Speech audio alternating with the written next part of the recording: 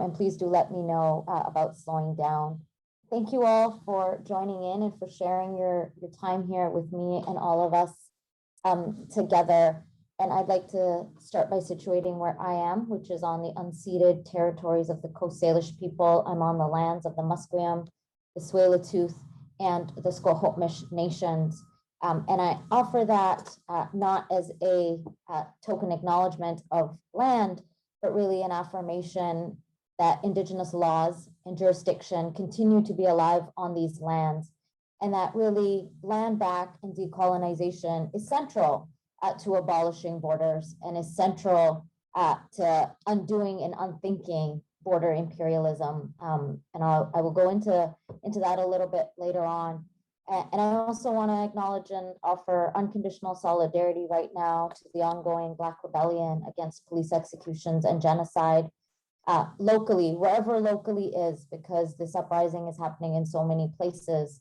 And against ongoing police executions and anti-Black genocide that's happening around the world. And I want to acknowledge here that my reference to genocide specifically follows from the 1951 historic declaration and petition of Black organizers when they said, "We charge genocide." I wanted to start my talk today with an invocation by the late, great Eduardo Galeano. And Eduardo Galeano said, "The world was born yearning to be a home for everyone."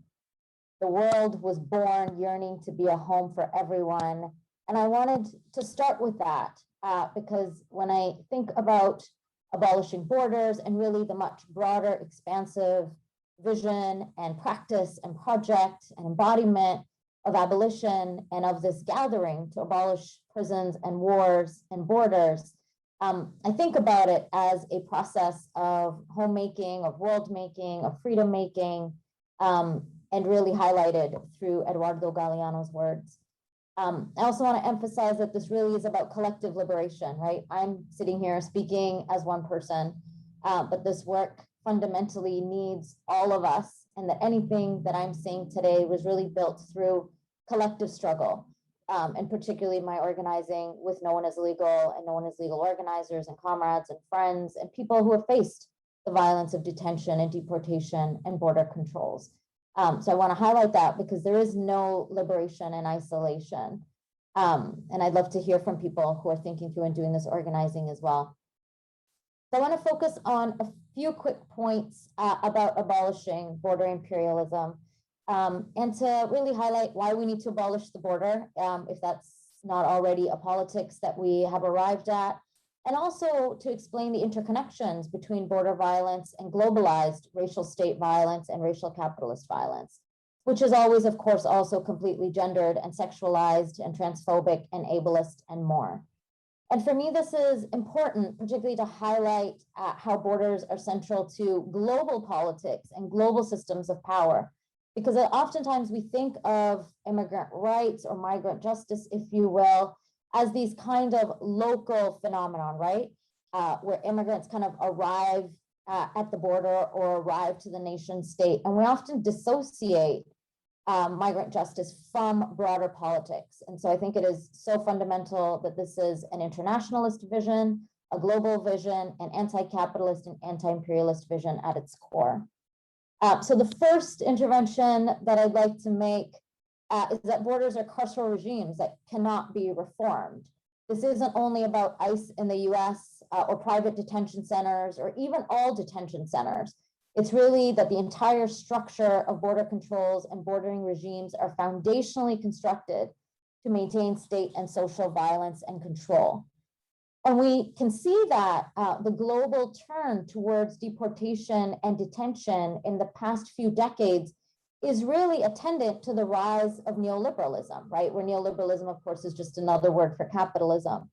And that the consolidation of spatial carcerality in particular through prisons and police and borders and the escalation of these systems correlates with increased wealth concentration, the dismantling of care-based services, and a simultaneous manufacturing and disciplining of racialized communities, particularly Black, Indigenous, and migrant communities. And one of the things that I think is really important to highlight here in thinking through carceral regimes is how police, prisons, and borders operate through a shared logic of immobilization, right? That their inherent logic is to contain oppressed communities under racial capitalism and to immobilize communities. And one of the things that I learned in the context of researching this book that I found really fascinating was that the word mob, right, the word mob that we often hear in mainstream corporate media and by politicians, and a word that's often used in a criminalizing way, right? So mob is a criminalizing vocabulary used to link large groups of poor racialized people to social disorder, quote unquote, social disorder, including in inner cities and at the border, actually derives from the word mobility, right? So we see how this logic of mobility and immobility are working in the same ways through all carceral regimes. And in today's kind of contemporary era, oftentimes we'll also hear liberal politicians, centrist politicians, all politicians of all stripes arguing that immigration is not really racist, right? They use the framework that it's quote unquote colorblind and that it's just about the law, which is the same rhetoric that we hear about police and prisons, right? That this is about quote unquote law and order, and that it has nothing to do with white supremacy or racism or other forms of oppression. But really, as we know, that really is code for class, color, and caste, and to control along those lines. The other thing that I would really highlight for people, particularly those who are listening in from the settler colonial states of the US and Canada, where we have, the so-called Liberal Party of Canada and Justin Trudeau, who proclaims refugees welcome, or the recent election of President Obama in the United States. It's important to understand that immigration enforcement is bipartisan practice, right? This is not about a single politician or just about conservative parties, that under every iteration of the state and under every political party, particularly but not limited to Canada and the US, we have seen border controls be enacted. We continue to see massive detentions, massive deportations, more and more people who are living with precarious immigration status, whether they are undocumented, or temporary migrant workers, what have you. And so this is important, right? That we not get caught up in the falsehood of quote unquote electing the right politician or electing the right party. And then this is a form of state violence that is bipartisan cross-party practice. It also means that we have to firmly reject the division between good and bad immigrants. That is something that we have constantly seen, particularly in mainstream immigrant rights movements, right? Which is to rely on this distinction between the so-called good versus bad immigrant, which really relies also on the rhetoric of productive and legal immigrants with a simultaneous demonization of quote unquote criminal and illegal immigrants. And this is, as Mariam Kaba and Ruth Wilson Gilmore and many others would remind us in the criminal injustice context or the criminal punishment context, that innocence is a limiting political stance, right? And Ruth Wilson Gilmore specifically informs us and tells us that our political task is not to prove innocence, but in her words, quote, to attack the general system through which criminalization proceeds, end quote.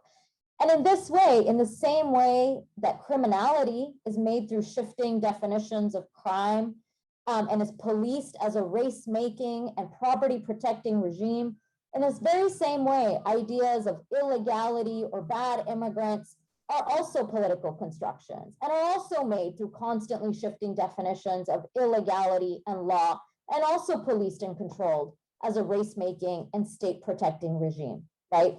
And so our role is not to feed into those distinctions. And of course, here those distinctions really rely on maintaining social violence, where the emphasis on the good or deserving migrant, if you will, are those who are non-Black, who are non-Indigenous, who have proximity to whiteness, who have class status, who have an employment history in middle-class jobs, who have quote unquote clean criminal records with college degrees. All of these get re-emphasized when we create those distinctions between good and deserving migrants. So we have to refuse that and instead follow in the tradition of, as Comrade Dylan Rodriguez would remind us, that abolition is constituted, in his words, quote, constituted by so many long overlapping acts dispersed across geographies and historical moments that reveal the underside of the New World and its descendant forms: the police, jail, prison, criminal court, detention center, reservation, plantation, and border, end quote. And so when we see abolition requiring us to abolish all of these systems as interconnected systems of carceral violence, then we move away from political campaigns that mobilize around appeals to innocence and instead focus on state violence, right? So we're not focused on whether individual migrants are deserving or undeserving or good, but rather focused on dismantling racial state violence. The second intervention that I want to make here is going back to what I started off with, which is how important it is to think about border violence and border imperialism in the context of global relations. And here I think a very simple but profound statement resonates, and that is the slogan that we often hear: we are here because you are there. We are here because you are there. And when we hear in liberal and right wing, again, across the board, media or politicians or, social responses to so-called border crises or to immigration, we're often faced with these kind of liberal platitudes, right, of charity or benevolence or multiculturalism, or comments like we're all immigrants or we need immigrants. This is often seen as the counter. This is the liberal counter to overt right-wing exclusionary racism. But what these kinds of liberal responses ignore is the foundational violence of what creates migration, right? So when we hear in the US context, for example, about migrations from Mexico or Central America, these are constantly presented as from over there and not our problem, and a problem of the so-called third world, when in fact migration is inextricable from forced displacements, right? Forced displacements created by US and Western-backed dirty wars that are backing still today death squads in Central America, counterinsurgency terror of the neoliberal war on drugs, capitalist free trade agreements like NAFTA and CAFTA, right? So this kind of border crisis that's always in the news and imagined is actually a crisis that is a crisis of displacement, right? It's a crisis of displacement in which global violence is completely bound up. Today, we're facing a magnitude where over 272 million people have been displaced. And we have to understand that that displacement is completely linked to global violences, imperialist violence, like US and NATO in Iraq and Afghanistan, like permanent wars that are enabled through AFRICOM in Africa, through military bases around the world, like in the Philippines, right? By capitalist trade agreements, by mining extraction, by climate change, which is largely, as we know, produced by capitalist corporations and the military-industrial complex. So we can't talk about migration without talking about forced displacement and ongoing conquest, capitalism, and climate change. The second thing that I want to offer, and I just have 5 more minutes left, so I'll move quickly, is how important it is to reject dehumanizing language like migrant crisis or migrant invasion, which has become a pretext for actually furthering border securitization, right? So such representations actually depict migrant and refugees as the cause of an imagined crisis, when in fact mass migration is the outcome of actual crises, again, of capitalism, conquest, and climate change. The other thing that is really ironic and disgusting about the naming of the migration crisis as a kind of new crisis that positions Western countries as its victims is that for 4 centuries, nearly 80 million Europeans became settler colonists across the Americas and Oceania, while 4 million indentured laborers from Asia were scattered across the globe, and the transatlantic slave trade kidnapped and enslaved 12 million Africans. And so we see that colonialism, genocide, slavery, and indentureship are conveniently being erased as continuities of violence in these current invocations of a migration crisis. The last few things I wanted to touch on, I'd actually said I'd talk for 20 minutes so that we can have more of a Q&A, but I'll take a little bit of my time back if that's okay. The third thing that I wanted to say is that we know that borders are anti-migrant, but we also have to understand that being anti-migrant is also necessarily anti-Indigenous and anti-Black. And one of the very legitimate critiques of migrant justice organizing is how that it often erases the very lived reality of Indigenous peoples and Black peoples who are migrants, right? And so in the context of migrations to the US and Canada, for example, from Central America, a growing proportion of people who are being displaced and thus become migrants are Indigenous people, right? Indigenous people who are being displaced from their lands in Mexico, El Salvador, Guatemala, Honduras, etc. And similarly, we see that the disproportionate impact of the convergence between policing and prisons and the deportation industrial complex impacts Black migrants and refugees more than non-Black migrants and refugees, right? And that is because, of course, Black migrants and refugees are most impacted by racist policing, by the prison industrial complex, and then the triple punishment, as Robin Maynard calls it, of deportation, right?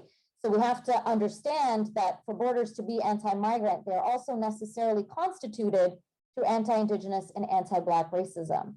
And I won't get into it, but if people are interested in talking more about it, you know, early US bordering practices, the very foundation, for example, of the US-Mexico border was actually conceived of as a method of eliminating Indigenous people and controlling Black people. The Treaty of 1848 of Guadalupe Hidalgo and the Fugitive Slave Act of 1850 were really early bordering practices by the United States that really built up anti-migrant exclusion at the border, specifically through anti-Indigenous elimination and anti-Black violence. And so that's really important for us to hold up in understanding that continuity of violence in our contemporary era. The fourth point that I want to make, and again, really briefly here, is that it's important to understand that borders are not lines on a map, right? Like we often think of border controls or what's happening at the border just as that geographic site at the border. And borders are not just that line on the map. They're multiplying, they're elastic, they move. And bordering regimes exist internally, right? It exists internally when we see that people without full migration status are getting picked up by cops, are getting turned over by schools, are getting turned over by health authorities. And so really that bordering, that fear exists even within the nation state, beyond the border. And I think one of the most important things to understand about how the border is elastic is to see the increasing move towards outsourcing the border. So, you know, I've already talked about how imperialism is a root cause of global migration. But we can also see how actually managing global migration through outsourcing the border is also becoming a central way of preserving imperial relationships, right? So the frontiers of border militarization today are not actually, you know, countries like the EU or Canada or the US, Australia. It's actually countries like Libya, Mali, Mexico, Nauru, Niger, Papua New Guinea, Turkey, and Sudan, who are being forced to accept border migration, border checkpoints, who are being forced to accept offshore detention, who are being forced to accept migration prevention campaigns as a condition of trade and aid agreements with so-called Western countries. And we see this most recently in the news, where the Biden administration announced that it had reached agreements with Mexico, Guatemala, El Salvador, to move border enforcement into those countries, right? So we're seeing that kind of outsourcing of border enforcement. That really means border enforcement is happening all around the world, all the time. And that people who are on the move are facing a deathscape that is unparalleled to what we've seen ever before in human history.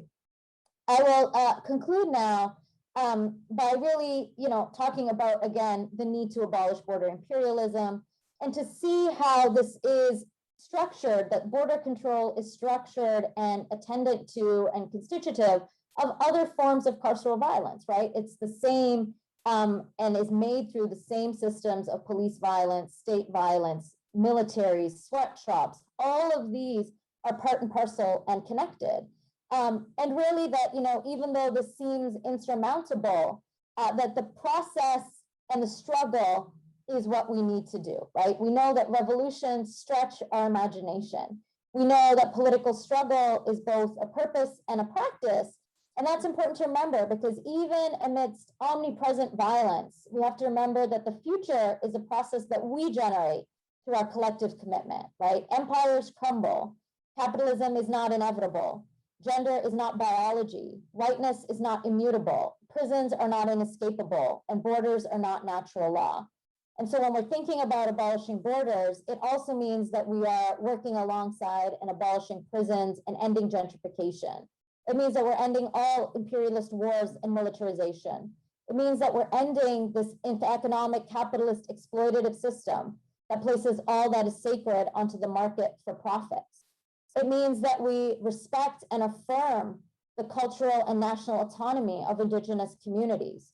It means that we respect feminist economies that are based in reproductive labor and care work. And again, it means that we're abolishing all systems of violence locally and globally. And I want to end with some other words by Eduardo Galeano, who I started off with. And Eduardo Galeano used to say that, quote, indignation must always be the answer to indignity. Reality is not destiny. Again, indignation must always be the answer to indignity. Reality is not destiny. And so prisons, reservations, borders, sweatshops, pipelines, gentrification, drone warfare are all interrelated systems of exploitation and control. We must fight and abolish all of these systems together, and we must orient ourselves towards freedom, because our lives and the lives of so many others across this planet and the future of the planet itself depends on it. Thank you so much. Oh, thank you, Harsha. Wow, that was such a rich and galvanizing presentation. I'm so glad you're here with us to frame the day.